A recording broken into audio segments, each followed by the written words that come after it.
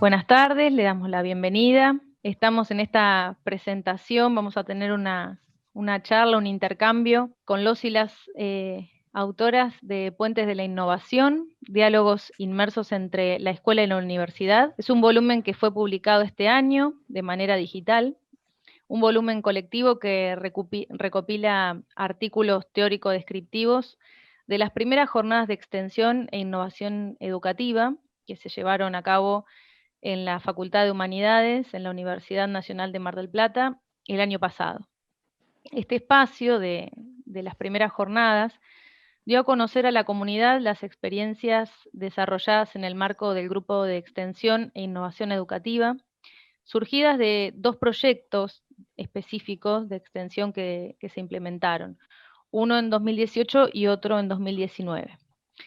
Este grupo está integrado por profesionales docentes, investigadores, investigadoras, estudiantes avanzados de distintas carreras de los profesorados de humanidades en la Universidad Nacional de Mar del Plata.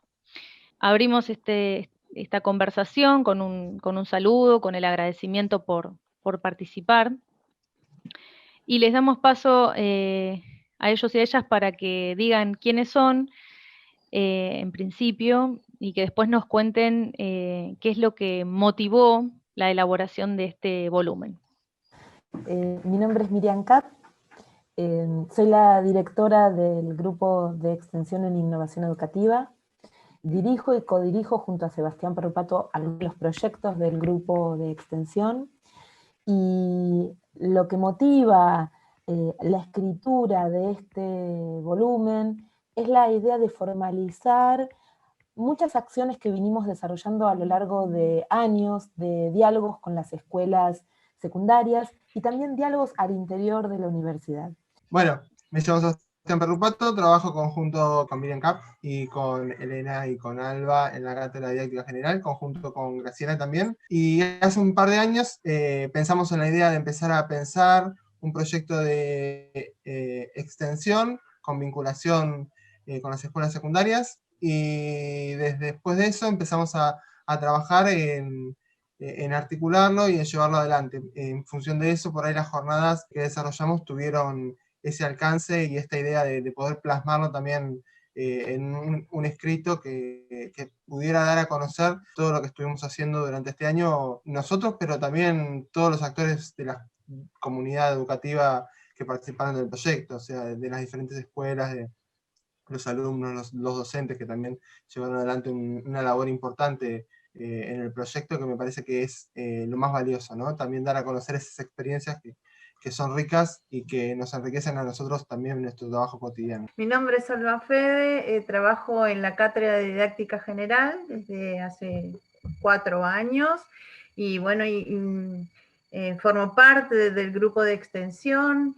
La idea, cuando propusieron la escritura del libro digital, pareció fantástico poder volcar las experiencias que tuvimos, concretamente en mi caso la coordinación de uno de los 2 talleres que se llevaron a cabo el año pasado, si no me equivoco,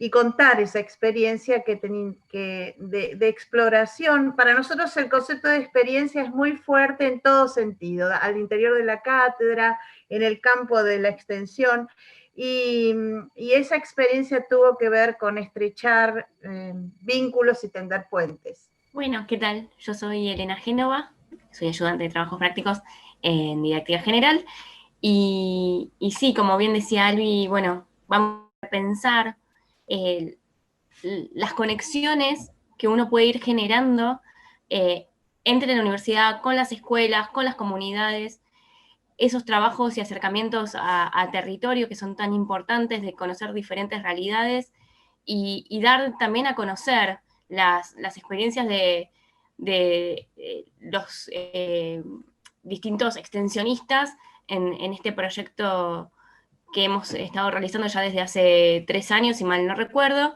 y que la verdad que nos ha permitido conocer e innovar y generar experiencias sumamente interesantes, también desarrollando talleres, como bien decía Albi, y teniendo experiencias al interior de las escuelas y viendo las prácticas reales y pensando en conjunto diferentes formas de pensar las clases, ¿no? Hola a todos y todas. Bueno, me presento, soy Laura Escanes, soy profesora en Historia, egresada de la Universidad Nacional de Mar del Plata. Me parece que participar de este hermoso trabajo colaborativo que fue Puentes de Innovación fue una hermosa manera de documentar el diálogo tan necesario entre la universidad y distintas comunidades educativas de la ciudad de Mar del Plata, comunidades educativas con realidades muy distintas, y me parece que fue un trabajo de extensión hermoso y que poder documentarlo fue una experiencia muy grata. Mi nombre es Lucas Demec, soy estudiante avanzado, supongo, del profesorado en Letras en la Universidad Nacional de Mar del Plata, y estoy participando del grupo de extensión e innovación educativa desde lo que sería la segunda mitad del año pasado. Así que estuve participando en algunas actividades como la organización de talleres y en las jornadas que ya han mencionado, pero en lo que serían las experiencias que mencionaba Alba no estuve, en lo que sería la vinculación con las comunidades educativas del proyecto. Así que mi intervención, al igual que otras dentro del libro, es más una reflexión teórica, algún aporte después de ver las experiencias, de escuchar las experiencias de mis compañeros y compañeras.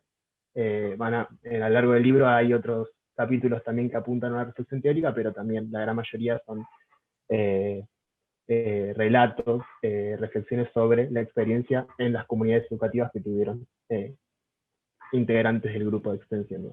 Buenas tardes a todos, mi nombre es Juliana Silvestri Pérez, soy estudiante del profesorado en Letras en la Universidad Nacional de Mar del Plata también, y participo del GIE desde los inicios prácticamente, así que mi artículo en el libro va básicamente sobre mi experiencia con una de las escuelas en las que estuvimos trabajando en el año 2018, y ahí abordo, bueno, las dificultades y las no dificultades de trabajar en distintos contextos, y en esto que es la innovación educativa también.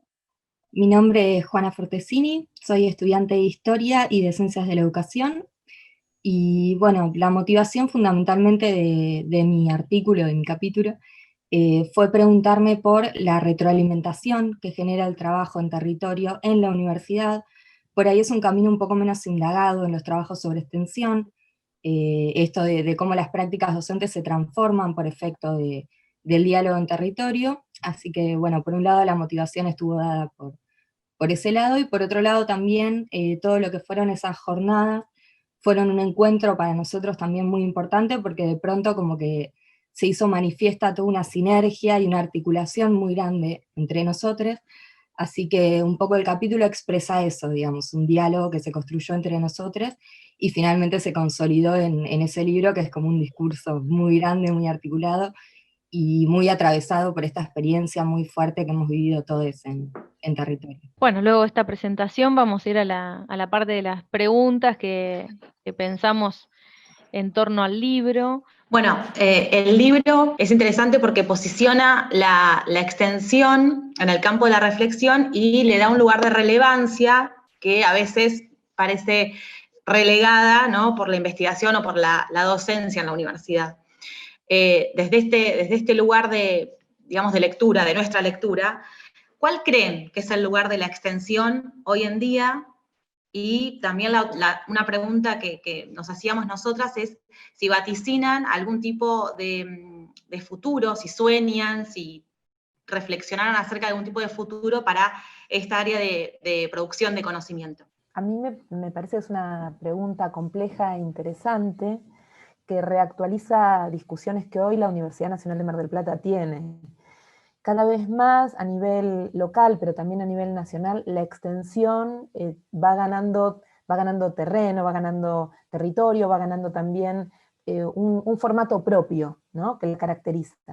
En el caso de nuestro libro hay algo que es original, porque tiene que ver no solo con el trabajo con las comunidades y al interior de la cátedra de didáctica general y del grupo de extensión, sino que además tiene un discurso que es fuertemente cargado de una dimensión metodológica. Entonces, lo que es interesante tal vez es cómo se van mestizando los diferentes pilares de la universidad. Entonces, en este libro, cuyo origen es la trama en territorio, la trama en escuelas, el diálogo con docentes, también tiene una estructura metodológica en donde se fue plasmando.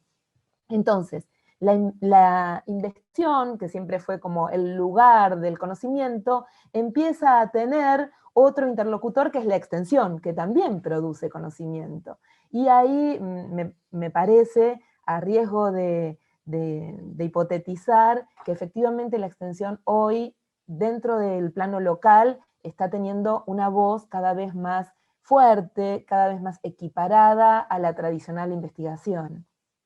Fuimos advirtiendo que en distintos pasajes había algunas referencias a los obstáculos para la innovación, ¿no? Que es el gran tema que ustedes llevan adelante con el grupo y en este caso con los proyectos de extensión. Esos obstáculos que nosotros advertimos como más descriptos, vimos que eran los contextos institucionales que no promueven e incluso boicotean la innovación, y las intervenciones docentes o institucionales que penalizan el uso de la tecnología en el aula, ¿no? Que es un recurso muchas veces imprescindible para ejecutar una propuesta innovadora. Entonces la pregunta nuestra que surge a partir de esta lectura es, ¿qué obstáculos sortearon particularmente para implementar el proyecto? Brevemente comentar que mi experiencia extensionista se dio en la comunidad educativa de la escuela secundaria número 12, que estaba ubicada en el barrio Autódromo de la ciudad de Mar del Plata, y junto al docente titular de la cátedra de tercero de turno mañana, él me propuso innovar sobre secuencias didácticas de las clases de historia. Y reconozco que a priori construí un montón de secuencias didácticas innovadoras, transformadoras, pero todas estaban relacionadas con el uso de la tecnología en el interior del aula. Y cuando me acerqué a la escuela, después de una primera etapa, ¿no?, de observación, de conocer la comunidad educativa, de escuchar sus necesidades, me di cuenta que todas esas secuencias didácticas construidas a priori no tenían validez para la escuela, en el sentido de que, por ejemplo, en el aula donde se desarrollaba la clase no había ni enchufe. Entonces, quizás fui con un montón de ideas construidas a priori que hubo que modificarlas, y bueno, puntualmente el artículo que yo escribo es el juego como puente disparador, y bueno, no da la respuesta de la pregunta, pero bueno, el juego constituyó el elemento, el hilo conductor de esas secuencias didácticas que resultaron siendo muy innovadoras, disruptivas y transformadoras. Así que bueno, supimos cambiar la tecnología por otros elementos que también resultaron muy innovadores y disruptivos. No, súper interesante lo que decís, porque además en este caso no dependió por ahí de la mala voluntad o el boicot institucional, sino que, bueno, las cosas que hay que hacer para que esté garantizado el acceso a la tecnología, bueno, por distintos actores y distintas circunstancias previas a que vos llegues, no estaban dadas. Por ahí había mucha voluntad de todas las personas que participan, pero no es algo que se pueda hacer de manera automática. Algo interesante de lo que remarca Laura, y que después Yuri también puede comentar su experiencia, que va en la misma línea, es cómo también nos obligó a nosotros a repensarnos al interior del proyecto y poder pensar en las potencialidades que pueden llegar a tener otros dispositivos de innovación que no necesariamente son los tecnológicos. De hecho, charlábamos con Alba, decía hoy de los talleres que habíamos dictado, y que también tuvieron que ver con cómo innovar más allá de las tecnologías, ¿no? Cómo animarnos a innovar. Ahora tenemos una particularidad, que estamos atravesados por la tecnología, porque sin la computadora no podemos dar clase, pero lo que en ese momento nos obligó a pensar es, bueno, a ver, ¿qué hacemos en esta escuela que no tiene un enchufe? O sea, no estamos diciendo, no tienen un lugar a donde enchufar un dispositivo ni de audio, ni de video, nada. O sea, ¿cómo podemos construir desde ese lugar? ¿Qué podemos pensar para poder dar propuestas alternativas y que de alguna manera sean transformadoras de las prácticas educativas que se vienen desarrollando? La experiencia que tuve particularmente, no sé si estuvo presente tanto la resistencia por parte del docente, sino más por parte de los alumnos me ha pasado. Es una anécdota clásica ya para el grupo, que siempre la contamos. Cuando les propusimos a los chicos innovar, la innovación fue simple: mover los bancos del lugar, siempre se sientan uno detrás del otro, y lo que propusimos fue sentarnos en ronda. Y lo que sucedió fue que los chicos se resistieron rotundamente a esa actividad. O sea, nos decían, no, esto es de primaria, nosotros no somos nenes de jardín, esto es la escuela secundaria y demás. Entonces, eso fue lo que nos llevó a pensar también en que hay que innovar no solo tecnológicamente, no solo con las herramientas que utilizamos en el aula, ni pensar en los métodos docentes, en las pedagogías que utilizamos, sino pensar en los chicos, pensar en las y les estudiantes que tenemos hoy en día en las aulas, cómo se sienten ellos con respecto a esta innovación, ¿no?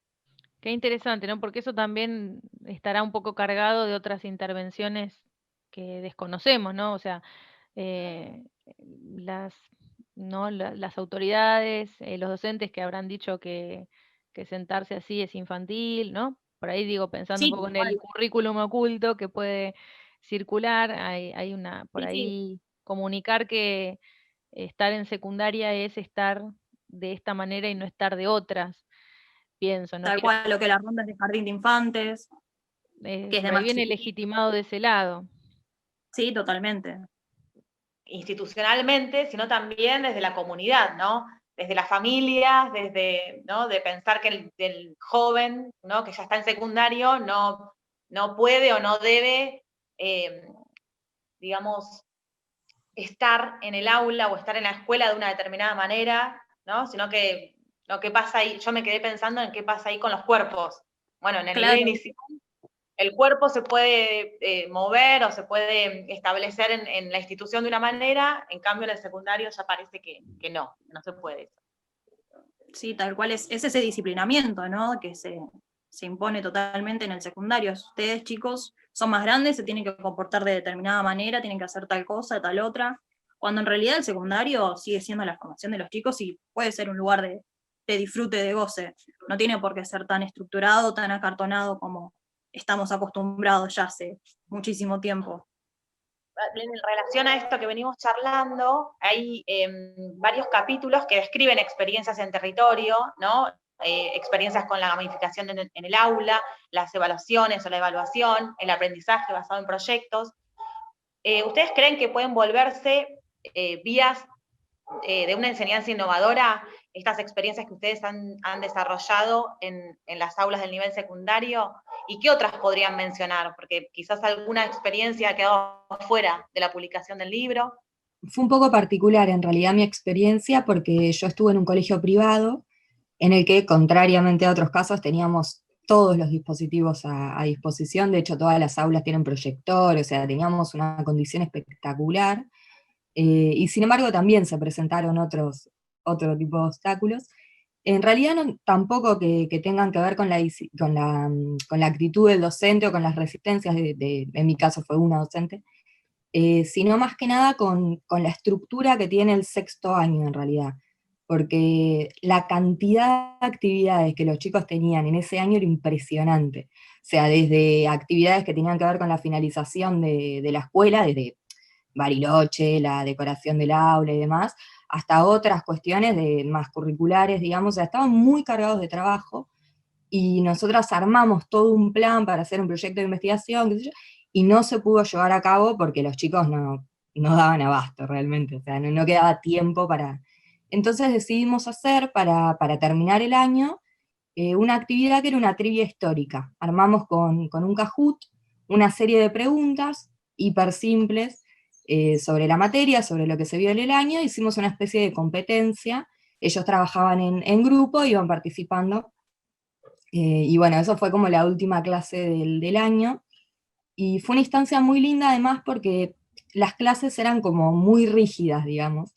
Veían mucho contenido en una sola clase, mucha bibliografía, o sea, muy pesado realmente, y en esa situación como de mayor distensión, no sé si está bien la palabra, estaban un poco más distendidos, más tranquilos, y pudimos empezar a discutir cuestiones que nunca surgieron trabajando contenido. Por ejemplo, había muchos chicos que se iban a estudiar en humanidades, que venían a estudiar política, que venían a estudiar economía, disciplinas que tenían mucho que ver con la historia, y sin embargo esos comentarios nunca habían surgido y tampoco se había encauzado, digamos, el interés por esas vías de los intereses que ellos tenían puntualmente.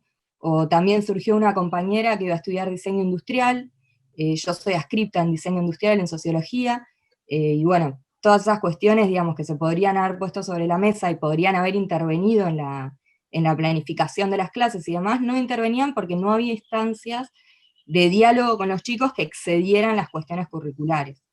Así que en ese sentido, un poco la gran conclusión o la gran reflexión de esa experiencia fue esto, que las situaciones lúdicas no solo contribuyen a las cuestiones de contenido también, porque conocer a los chicos nos permite también generar planificaciones que estén pensadas para ellos, en función de sus intereses y demás, y bueno, y hacer clases más potentes en ese sentido.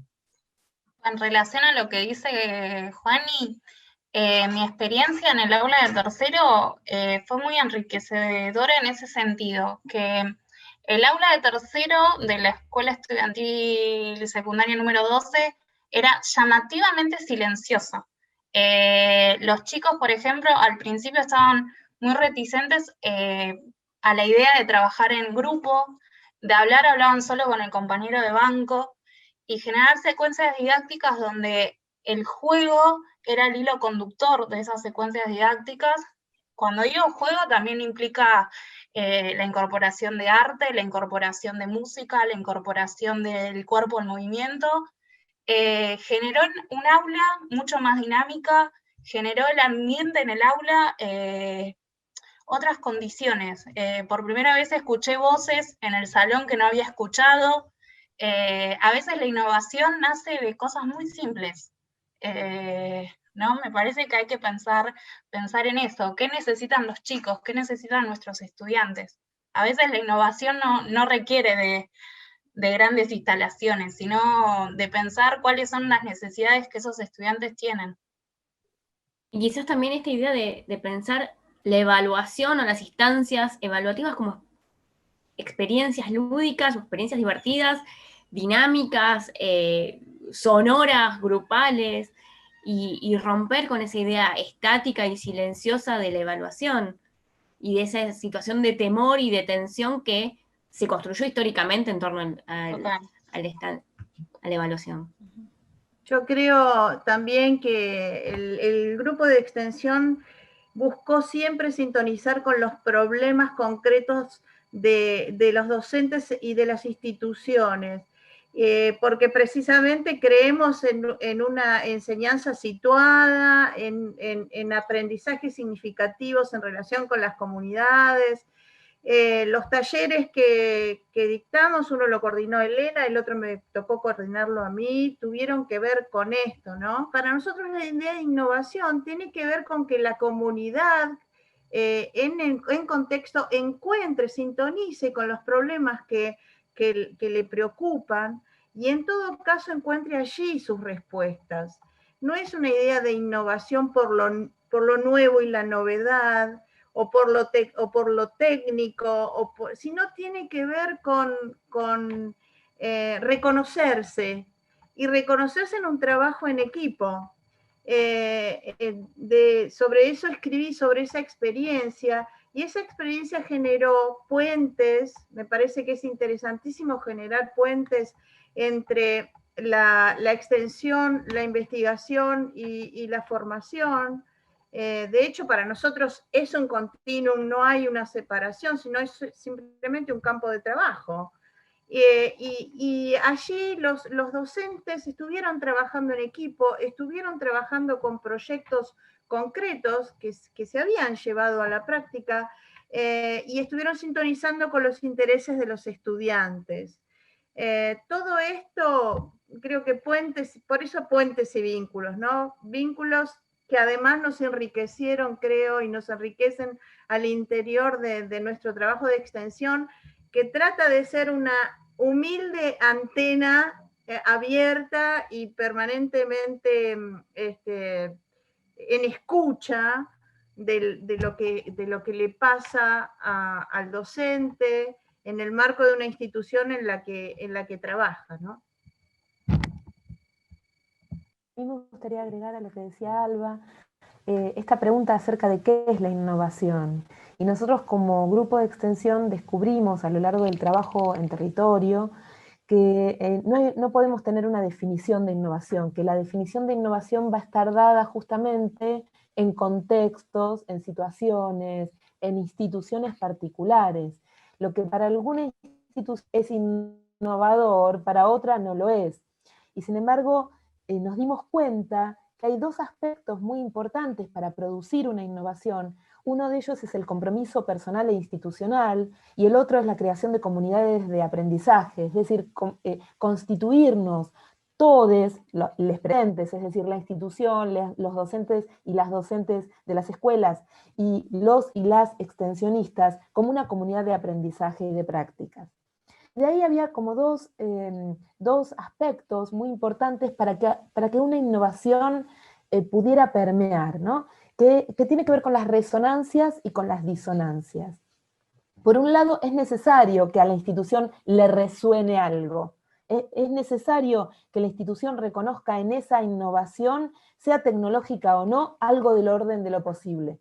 Pero también es necesario generar un conflicto cognitivo, algo que sea totalmente disonante y disruptivo. Entonces, en estas dos palabras que se van a encontrar entre resonancia y disonancia, es donde se va a producir este espacio innovador, pero en cada una de esas instituciones.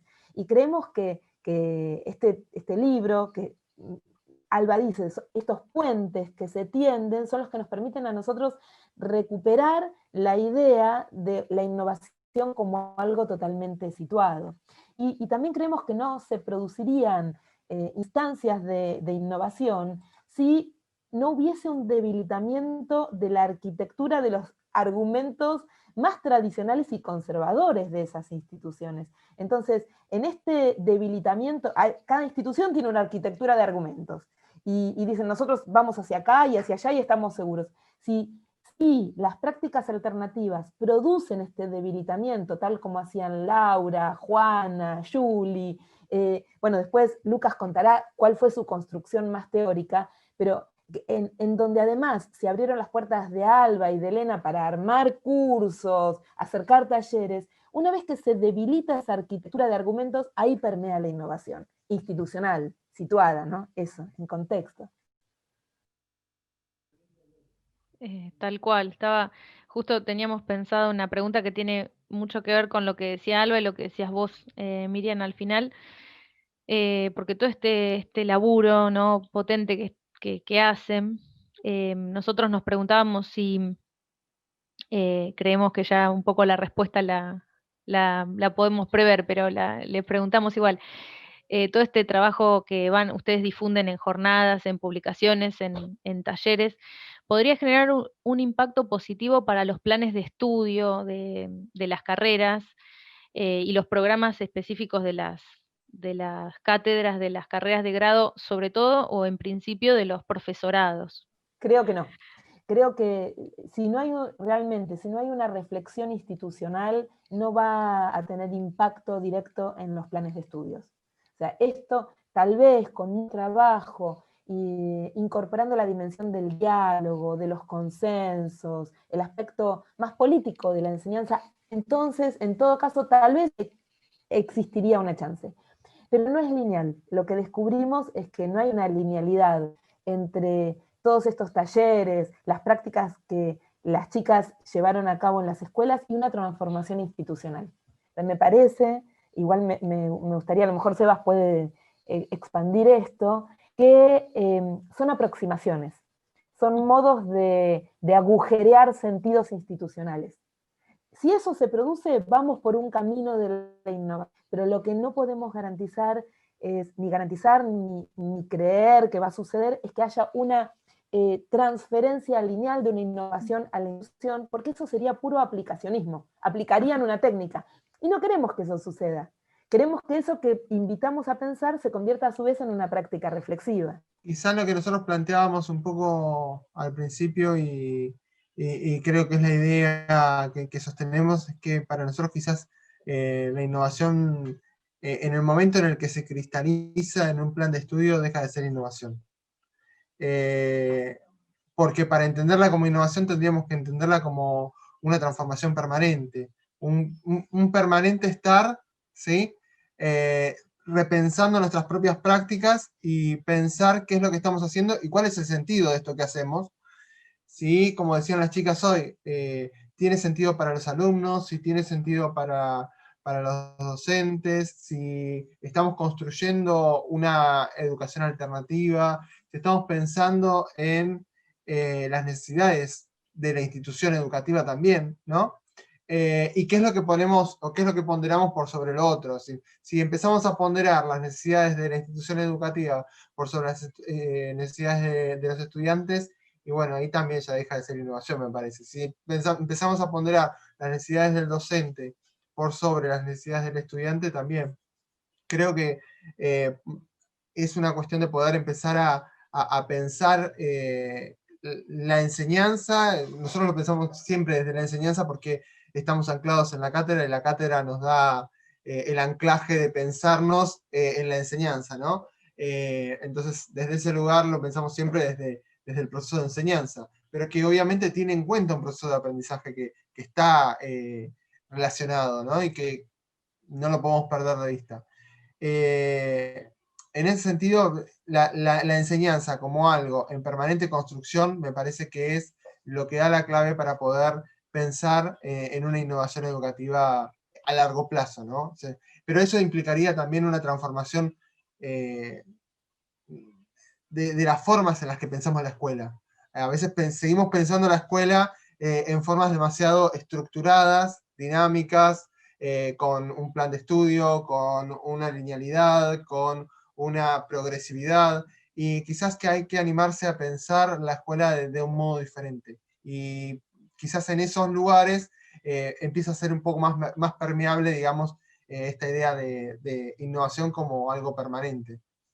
Sí, por ahí mi intervención un poco redunda con lo que vienen mencionando otros integrantes del grupo, pero es también esto que habla, que dijo Juana, de la sinergia, ¿no? Nos encontramos en las jornadas con abordajes que aunaban en marcos teóricos en común, y eso nos lleva, por ejemplo, a pensar este aula que hoy en día ya no es el territorio que nosotros conocíamos, el físico, el tangible, sino el virtual. Ya el aula es virtual. Esta idea de la ecología de las pantallas, que por ahí habla Alvarelo, ¿no? Que viene de la narrativa transmedia Scolari, y de pensar que el aula es un espacio en el que los medios, los usuarios, ¿no? Los estudiantes como usuarios y las fuerzas sociales interactúan entre sí, y es posible pensar hoy en día un aula de esas características en la virtualidad. Si nos quedamos con el territorio en una acepción más tangible, la extensión pierde sentido, y hay que pensarla en esta dinámica de llevar el colegio a las pantallas, y es una situación que ya desde antes se estaba dando, ¿no? Concebir el aula de la escuela secundaria como una ecología de las pantallas es una realidad. Por ahí, en situaciones como las que contaban algunas de mis compañeras, es más complicado, pero siempre se puede encontrar la forma. Tenemos esta idea de que hay que seguir replicando formas de aprendizaje que ya no van. Aprender de memoria y recitar poco sirve si hoy en día, cuando salimos a la calle, tenemos una duda, abrimos el celular y ya está ahí la información. El proceso de aprendizaje tiene que ir por otro lado, las reflexiones por otro lado, y pensar el aula como una ecología de las pantallas, ¿no? como el aprendizaje tiene que ir por otro lado, hoy cobra mucha más vigencia. Pensaba en esto de lo que mencionaba Sebas, de poner a la institución por sobre las necesidades de los estudiantes, y por ahí en mi capítulo hablo un poco de eso, de la ecología de las pantallas, y también del aprendizaje basado en proyectos, y cómo hay que estar atento a las necesidades de los individuos, de estos usuarios de la ecología de las pantallas, que son los estudiantes. Y como por ahí nosotros queremos plantear un proyecto interdisciplinario y nos vemos con limitaciones que exceden a eso, o que no reflejan las necesidades o los intereses de los estudiantes. Entonces pensar, por ejemplo, en esto de la prohibición de los celulares, que cuando vamos a la normativa hablan de un docente que habilita el uso en diferentes circunstancias, problematizar ese rol de habilitar, ¿no? De que el docente habilite. Para mí, y eso un poco lo trabajo en ese capítulo, tiene que ser de otro enfoque la situación de pensar los proyectos, ¿no? En esto que mencionaba Alba, de ver los problemas, de pensar y ver cuáles situaciones realmente son interesantes para los estudiantes y a partir de ahí proyectar. Porque si no, se pone el carro delante del caballo, me parece, ¿no? Termina siendo otro tipo de proceso de aprendizaje que termina siendo igual que otros que veníamos replicando antes. Por ahí hablé un poco de todo, pero es esto, ¿no? Se hablaron de muchos puntos clave del libro a lo largo de esta entrevista y es esto, me parece. Sí, en relación a esto que plantea Lucas, yo creo que ahí pudimos observar lo que es la innovación, cómo los docentes, se declaró el ASPO y los docentes buscaron alternativas, buscaron maneras, buscaron formas de llegar y de comunicarse, de entablar puentes. Y fue clarísimo todo lo que se generó, aunque hay sectores de la sociedad que no lo ven, los docentes, los estudiantes y las comunidades educativas lo vemos muy fácilmente. Se han pensado espacios desde las radios, espacios desde buzones en lugares rurales, donde la docente llevaba el buzón, sus estudiantes dejaban ahí cartas, ella se las llevaba, ella se las contestaba y a la semana siguiente volvía y así iban intercambiando comunicaciones en espacios sumamente abiertos donde no hay conectividad, se siguió comunicando, se siguieron tendiendo puentes, se siguieron generando diálogos. Entonces eso es lo que hay que pensar hoy en día como innovación y como para repensar las aulas y repensar las clases y repensar la continuidad pedagógica. Yo creo que es clarísima la innovación.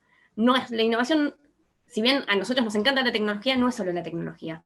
Son las puertas que uno abre, son las formas en las que uno piensa las clases y las formas en las que uno construye junto a sus estudiantes. Quiero decir que esto no hubiese sido posible gracias a todo el equipo que trabaja, y trabaja mucho. Y hubo mucha gente que puso un montón de esfuerzo para que este libro o esta publicación pudiera salir a la luz. No solo extensionistas y parte del equipo de la cátedra y del equipo de extensión, sino también las instituciones que nos permitieron hablar sobre las instituciones y dialogar. Fue un trabajo colectivo muy fuerte y realmente para lo que generó, me parece, fue un gran espacio de pertenencia. Y se habilitó en todo esto un nosotros que le da más, no sé, que le da más impacto, para utilizar esta palabra, a cualquiera de las prácticas que estamos desarrollando. Esto que ustedes nos invitaron a dialogar, les agradecemos enormemente, pero no es un trabajo individual, es un trabajo colectivo que se puso al hombro durante muchos años, proyectos de diálogos con las escuelas y que decidió formalizarlo en este momento en un libro. Bien, muchas gracias por este espacio, por sus voces, y bueno, por la dedicación que comunican.